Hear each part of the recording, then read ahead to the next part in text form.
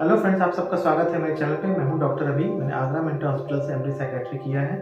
Friend, आज का topic के बारे में हम जो बात करने वाले हैं वो समझिए कि इस चैनल के लिए one of the most important topic होना चाहिए और मेरे हिसाब से है भी, क्योंकि वो एक जड़ है हमारी सारी प्रॉब्लम्स के सोल्यूशंस की। क्योंकि फ्रेंड्स, अगर ये चीज़ हम जान जाएँ कि किसी मानसिक डॉक्टर को हमें कैसे दिखाना है या किस तरह से इलाज होता है, तो आपकी परेशानियाँ सबसे ज़्यादा दूर हो जाएँगी। तो मैम शुरू करते हैं इस टॉपिक के बारे में। फ्रेंड्स, इस टॉपिक का आइडिया मुझे इस तरह से आया कि होता क्या है फ्रेंड्स, मैंने देखा है अपने प्रैक्टिस में कि बहुत से लोग क्या होता है ना कि लोग थोड़ा विश्वास कम करते हैं। तो शुरू में क्या करते हैं, किसी डॉक्टर पे 4 दिन 5 दिन की दवा खाने आते हैं, दवा खाई और 4-5 दिन में ही अपनी मानसिक बीमारी का समाधान चाहते हैं। उस मानसिक बीमारी का जो कि उनको मतलब 4-6 महीने से है, 2-3 साल से है, या कई बार वो सोचते हैं कि 10-15 दिन में ही ठीक हो जाए। तो चूँकि मानसिक बीमारियाँ हैं, दिखती नहीं हैं, तो परिवार वाले भी समझ नहीं पाते हैं कि भाई क्या समस्या है। तो तुरंत आराम चाहिए होता है, तुरंत सब कुछ ठीक चाहिए होता है, कोई साइड इफ़ेक्ट नहीं चाहिए होता है, कम बजट में चाहिए होता है, सब कुछ तुरंत ठीक चाहिए होता है। तो कैसे अपना इलाज कराएँ, किस तरह से इलाज कराना चाहिए, इस बारे में बताना चाहता हूँ मैं आज। कि सबसे पहले तो फ्रेंड्स ये चीज़ होना चाहिए कि आपको अपना सही डॉक्टर चुनना है, सही मानसिक रोग विशेषज्ञ चुनना है। क्योंकि अगर आप सही डॉक्टर नहीं चुन पाएँगे, तो आपका इलाज ही ढंग से नहीं हो पाएगा, फिर आपको विश्वास नहीं होगा। तो ऐसे डॉक्टर को चुनिए जो कि आपको समय देता हो, चाहे वो सरकारी में हो, चाहे वो प्राइवेट में हो, ये आप पे डिपेंड करता है। अगर कोई सरकारी में ही डॉक्टर बैठा है, तो वो देखिए कि आपको समय दे पा रहा है कि नहीं दे पा रहा है। क्योंकि ज़ाहिर-सी बात है, सरकारी में थोड़ी-सी भीड़ ज़्यादा होती है, तो एक अच्छे डॉक्टर के पास भी ना चाहते हुए भी समय कम रहता है। क्योंकि वहाँ पे एक समय में पेशेंट को देखना होता है, क्योंकि कम से कम मानसिक पेशेंट के लिए 5 मिनट से लेकर 10 मिनट का समय तो देना ही पड़ता है। अगर गंभीर मानसिक बीमारी है या कुछ काउंसलिंग की बातें हैं या समझाने की बातें हैं, कई फैमिली इश्यूज़ हैं या कपल इश्यूज़ हैं या जो भी इश्यूज़ हैं अगर उसके हैं, जैसे ओसीडी में है, थेरेपी की बात है, तो समय ज़्यादा भी लग सकता है, 20 मिनट भी लग सकता है। तो चूँकि सरकारी डॉक्टर के पास समय रहता है कम और पेशेंट देखने होते हैं ज़्यादा, तो वो समय नहीं दे पाते। लेकिन फिर भी अगर डॉक्टर आपको 5 मिनट 10 मिनट समय दे रहा है, तो वो पर्याप्त है सरकारी के हिसाब से। वहीं पे आपको देखना है कि प्राइवेट में भी डॉक्टर्स कितना आपको समय दे रहे हैं, कितने डायग्नोसिस की आपकी बात को कितना सुन रहे हैं। क्योंकि ये चीज़ बहुत ज़रूरी होती है। एक वर्ड होता है हमारे साइकियाट्री में, रैपो। डॉक्टर पेशेंट का रैपो जो होता है वो एस्टेब्लिश होना चाहिए। मतलब आपस में एक जो होता है ना कि भावनाएँ जो होती हैं शेयर होनी चाहिए। पेशेंट को ऐसा लगना चाहिए कि डॉक्टर ने मेरी बात सुनी, समझी, तब इलाज कर रहे हैं। कई बार पेशेंट बोलते हैं कि हमारी बात को डॉक्टर साहब ने सुना ही नहीं और दवा लिखना चालू कर दिए। तो ऐसा मन में अगर पेशेंट के भाव आ रहा है, तो आधा उसको संतुष्टि, विश्वास वहीं पे नहीं होता है। ऐसे कंडीशन में इलाज का जो पूरा होना मुश्किल हो जाता है, क्योंकि पेशेंट को विश्वास ही नहीं रहेगा, उसके मन में डाउट्स आएँगे कि भाई डॉक्टर ने तो मेरी बात ही नहीं सुनी। और फॉर एग्ज़ाम्पल जैसे ओसीडी का पेशेंट है, ऑब्सेसिव कंपल्सिव डिसऑर्डर का, तो उसके मन में वैसे ही डाउट्स रहते हैं कि मैं हाथ धोया नहीं हूँ, मुझे शंका रहती है उसको। तो उसकी डॉक्टर पे भी शंका करने की आदत हो जाती है। उसी तरह हाइपोकॉन्ड्रियासिस जो होता है, इलनेस एंग्ज़ायटी डिसऑर्डर के जो पेशेंट्स होते हैं, वहाँ भी पेशेंट को डाउट्स होता है कि भाई मेरा जाँच सही नहीं है, डॉक्टर ने सही से देखा नहीं देखा। तो अगर डॉक्टर ठीक से नहीं देख रहे हैं, जल्दी से 2 मिनट के अंदर देख लिए, पूरी बात नहीं सुने, तो वहाँ पे इलाज सही से नहीं हो पाएगा। तो सबसे पहले तो डॉक्टर पे देखना है, ट्रस्ट करना है, विश्वास करना है। उसके बाद डॉक्टर जो आपको सलाह दे रहे हैं, जो जाँच लिख रहे हैं, जो भी चीज़ कर रहे हैं, दवा लिख रहे हैं, उसको आँख बंद करके फ़ॉलो करना है।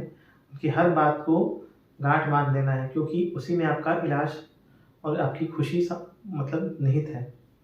क्योंकि आप आधा-अधूरा इलाज करेंगे, कई बार क्या होता है पेशेंट्स बोलते हैं, मुझसे भी आके बोलते हैं कि मुझे 5 दिन की दवा दे दीजिए। तो मैं बोलता हूँ कि बीमारी ऐसी है कि 5 दिन में ठीक होने वाली नहीं है।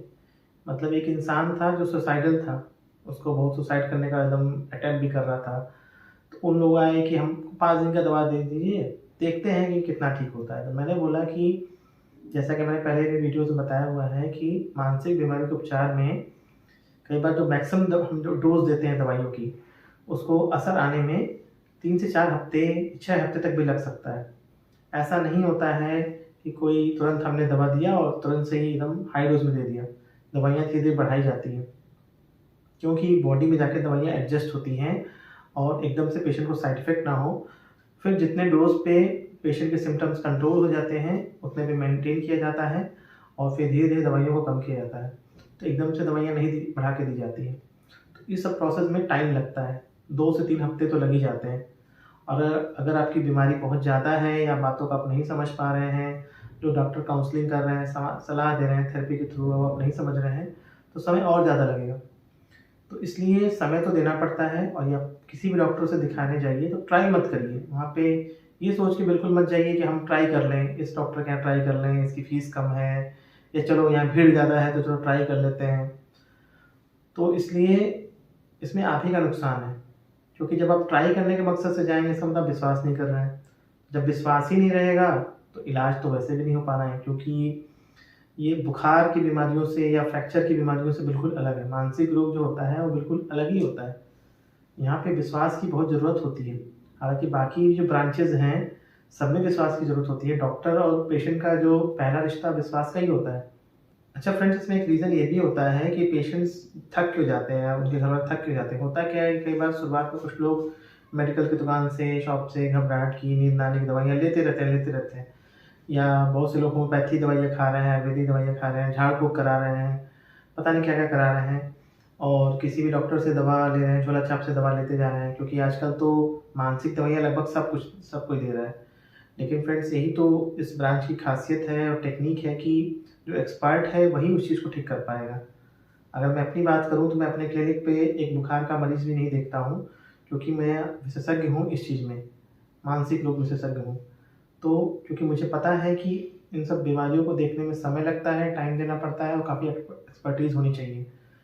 तो जो डॉक्टर सब कुछ देख रहा है, अगर मान लीजिए कोई कान का डॉक्टर है, वो मानसिक रोग का भी देख रहा है, आँख का डॉक्टर भी मानसिक रोग देख रहा है, तो वो अपने फ़ील्ड का इसका मतलब धुरंधर नहीं है, एक्सपर्ट नहीं है, तभी उसे बाकी फ़ील्ड में जाना पड़ रहा है। तो आपको ये चीज़ देखनी है कि आपका बेस्ट डॉक्टर कौन है। अपने बेस्ट डॉक्टर को चुनिए और फिर उससे इलाज कराइए। घबराहट की दवा, नींद की दवा कोई भी दे देता है। फिर होता क्या है फ्रेंड्स कि जब हम बहुत समय तक ऐसे दवाइयाँ खाते रहते हैं, तो जब हम साइकियाट्रिस्ट के पास जाते हैं तो हम बहुत थक जाते हैं, मन थक जाता है, फाइनेंशियली थक जाते हैं। तो हमें लगता है कि हमारा इलाज तुरंत हो जाना चाहिए, 10 दिन में हो जाना चाहिए। कई बार क्या होता है कि बहुत से यूट्यूब पे मैं देखता रहता हूँ कि सिर्फ़ बिना दवा के ये ठीक करें, बिना दवा के ओसीडी ठीक करें, बिना दवा के सब कुछ। आजकल मैं एक बहुत ही फ़ेमस यूट्यूबर हैं, उनके बहुत सारे सब्सक्राइबर हैं, मेरे लाखों में सब्सक्राइबर हैं। मैं उनके देखता हूँ कि वो 5-6 वीडियोज़ बनाते हैं यूट्यूब पे, और वो सब कुछ घबराहट, सिर दर्द, बेचैनी, मन उदास रहना, सबके बारे में सीबीटी से ही ठीक करते हैं, बिना दवा के। मुझे सोच के थोड़ा हँसी भी आती है, गुस्सा भी आता है, हैरानी भी होती है। लोगों पे भी मुझे तरस आता है कि मैं ये देखता हूँ कि मतलब कोई इंसान, डॉक्टर ऐसा कर कैसे सकता है? काइंड ऑफ क्राइम है ये।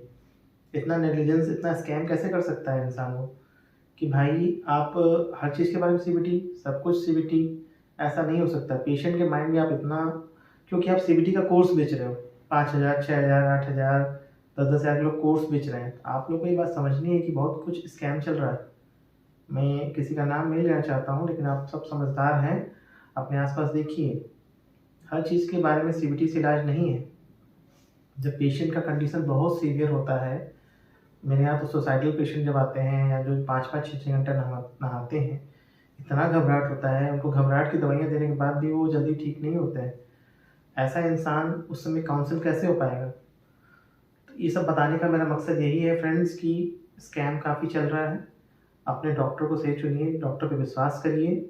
मैं ये नहीं कहता हूँ कि आप मुझे से दिखाइए, किसी भी डॉक्टर से दिखाइए, मानसिक रोग के विशेषज्ञ से, लेकिन उस पे ट्रस्ट पहले करिए। उसको समय दीजिए 2 से 3-4 बार का, ताकि डॉक्टर आप पे ब्लेम ना कर पाए कि आप उनको सही से समय नहीं दे पाए। उनकी बातों को सुनिए, उनकी सलाह को मानिए। फॉर एग्ज़ाम्पल, जैसे बहुत से पेशेंट मेरे आते हैं कि भाई सिर दर्द हो रहा है, लड़कियाँ आती हैं या औरतें आती हैं, मैं बोलता हूँ कि भाई पानी कितना पीती हैं आप? बोलती हैं 1 से 2 गिलास। मैं बोलता हूँ कि 6 से 7 गिलास पानी पीना है, गर्मी में तो और ज़्यादा पीना है। अगली बार जब वो आती हैं तो मैं पूछता हूँ पानी कितना पी रही हैं आप? तो बोलती हैं 1 ही 2 गिलास पी रहे हैं। तो जब पानी आप कम पिएँगे तो सिर में दर्द तो होगा ही, खान-पान पे ध्यान नहीं देंगे तो सिर में दर्द होगा ही। किसी को चश्मा लगाया और चश्मा नहीं लगा रहा है तो सिर में दर्द होगा ही। तो जो भी इस तरह की जनरल सलाह है उसको भी मानना है। कहा जाता है कि बातों को ज़्यादा सोचना नहीं है और अच्छी बातें सोचनी हैं, अपनी सोच पे ध्यान देना है। और अगर मेरे यूट्यूब चैनल की बात करें, मैंने बार-बार बोला है कि मेरे वीडियोज़ को आप फुल वॉच किया करिए। फुल वॉच करेंगे तो आपके लिए कुछ ना कुछ इम्पोर्टेंट बात आपको सलाह मिल ही जाएगी। लेकिन लोग फिर भी बहुत सारे सवाल पूछते हैं। आज ही मुझसे किसी ने पूछा कि भाई मुझे ओसीडी है, तो क्या इसका ट्रीटमेंट लेना पड़ता है? बहुत से बेसिक सवाल लोग पूछते हैं। तो इसका मतलब शायद आप वीडियोस पूरा वॉच नहीं करते, स्किप करते हैं। फ्रेंड, इसमें नुकसान आप ही का है, क्योंकि इतना सटीक इन्फॉर्मेशन, जनरल इन्फॉर्मेशन शायद ही कोई और दे रहा होगा।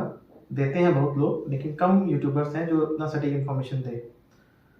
ठीक है, तो उम्मीद करता हूँ फ्रेंड्स आपको ये वीडियो अच्छा लगा होगा, और मेरे चैनल को इसे देखते रहिए, शेयर करिए, कुछ प्रॉब्लम है तो कमेंट करिए। मिलते हैं आपसे फ्रेंड्स एक नए वीडियो में, तब तक के लिए नमस्कार।